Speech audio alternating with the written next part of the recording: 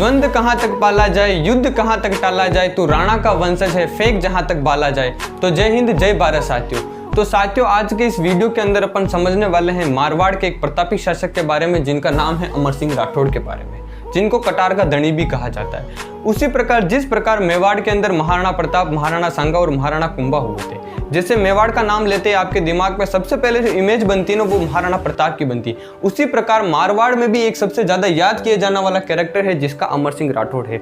उनको इतनी प्रसिद्धि नहीं मिल पाई जितनी प्रसिद्धि मिलनी चाहिए थी, जिस प्रकार मेवाड़ के अंदर महाराणा प्रताप को मिली होती। तो अमर सिंह राठौड़ के पिता का नाम था गज सिंह, वो उस समय थे मारवाड़ के शासक। अब गज सिंह की जो रानी थी ना, उसके दो पुत्र थे, एक का नाम था अमर सिंह राठौड़, एक का नाम था जसवंत सिंह। अमर सिंह राठौड़ बड़े पुत्र थे और जसवंत सिंह छोटे पुत्र थे। तो राज्याभिषेक यानी राजा के नियम के अनुसार बड़ा पुत्र होगा वही क्या बनेगा, अगला राजा बनेगा। जसवंत सिंह बहुत ही ज्यादा चतुर इंसान था।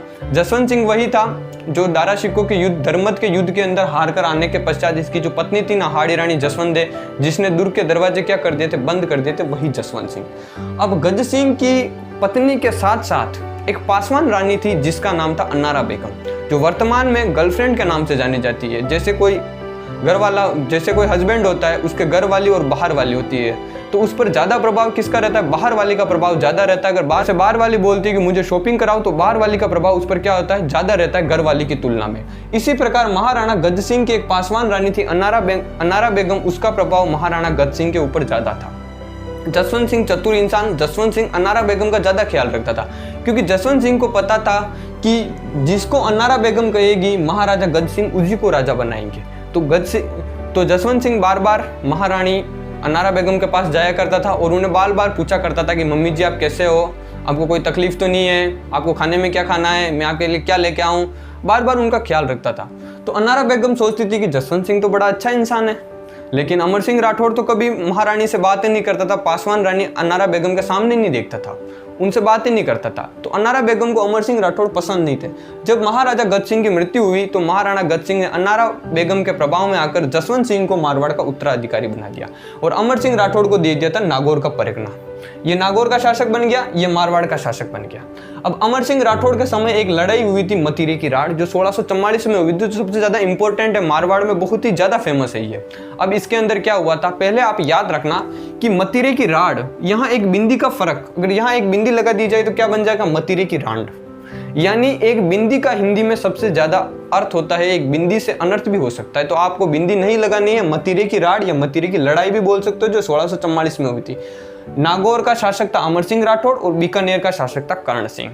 नागौर और बीकानेर दोनों एक दूसरे के पास पास में आते हैं। नागौर का अंतिम गांव था, वहां पर एक किसान था, उस किसान ने यहाँ पर मतीरे की खेती करता था, एक मतीरे की बेल लगाई। मतीरे का मतलब होता है तरबूज।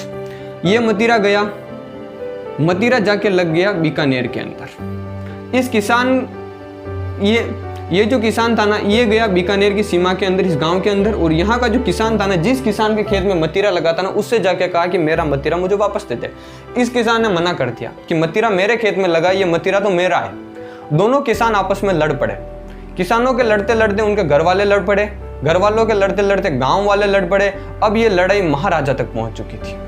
यानी इधर नागौर के राजा अमर सिंह राठौड़ और बीकानेर कर्ण सिंह, इन दोनों के बीच में युद्ध होने लगा।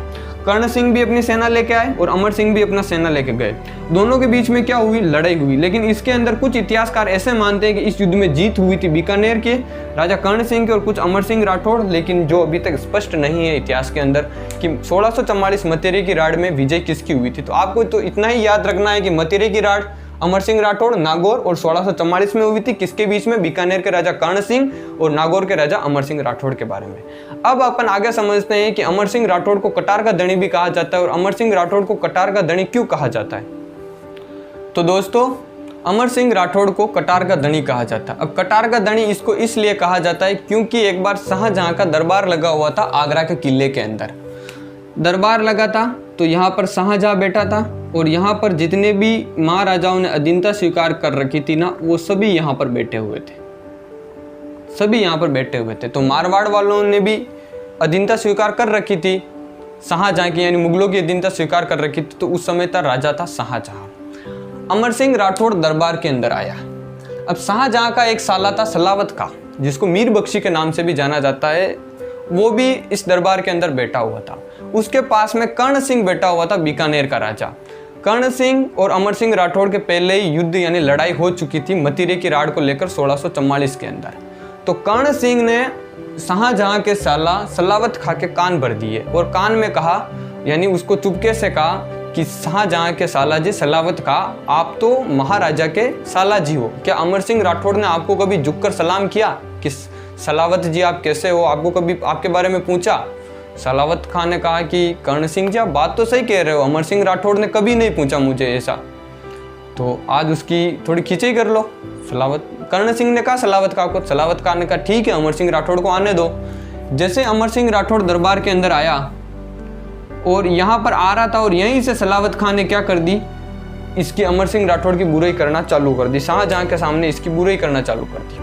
लेकिन अमर सिंह राठौड़ ने जैसे ही सलावत खां को क्रॉस किया और सलावत खां ने एक शब्द कहा था कि कहाँ से आ जाते हैं गंवार, जैसे ही गंवार का ग कहा था और अमर सिंह राठौड़ ने अपनी कटार निकाली और शाहजहां के भरे हुए दरबार में सलावत खां का सर धड़ से अलग कर दिया था। गंवार का ग ही निकला था और सलावत खां का सिर धड़ से अलग हो गया था, जिस प्रकार बाहुबली 2 मूवी के अंदर दिखाया गया है वही वाला सीन हुआ था। अब अमर सिंह राठौड़ को बाद में होश आया कि मैंने ये क्या कर दिया, शाहजहां के साला जी को मार दिया, तो और शाहजहां के ऊपर भी फेंक दी। शाहजहां जैसे जैसे बच गए और अपने जो इनका दरबार लगता था ना, इनके पीछे एक रास्ता खुलता था, पीछे एक कमरा बना हुआ था जहाँ सारी रानियां रहती थी। तो शाहजहां लड़कियों के कपड़े पहन कर यहाँ पर बैठ गया। लेकिन अपने राजस्थान के राजाओं की एक खासियत थी कि राजस्थान के राजा कभी महिलाओं पर हाथ नहीं उठाते थे, ये शाहजहां भी जानते थे। और अमर सिंह राठौड़ को शाहजहां वहाँ पर नहीं मिले, लड़कियों के कपड़े के वेश के अंदर थे। तो अमर सिंह राठौड़ आगरा के किले से बाहर निकलने की कोशिश कर रहा था, वो अपने घोड़े बादल पर बैठा और वहाँ से भागने लगा। शाहजहां ने आदेश दे दिया कि अमर सिंह राठौड़ को जिंदा पकड़ लिया जाए, लेकिन अमर सिंह राठौड़ आगरा के किले में अपने घोड़े बादल सहित कूद गए थे और अपने नागौर के अंदर आ गए थे।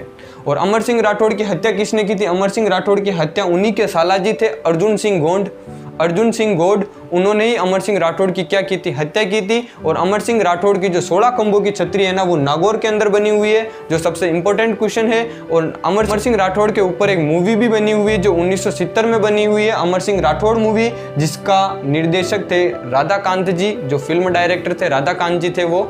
और इस प्रकार अपना टॉपिक खत्म होता हुआ। तो आई होप आप इस वीडियो के अंदर समझ गए होंगे कि किस प्रकार अमर सिंह राठौड़ राजस्थान में सबसे याद किया जाने वाला कैरेक्टर है। जय हिंद, जय भारत साथियों।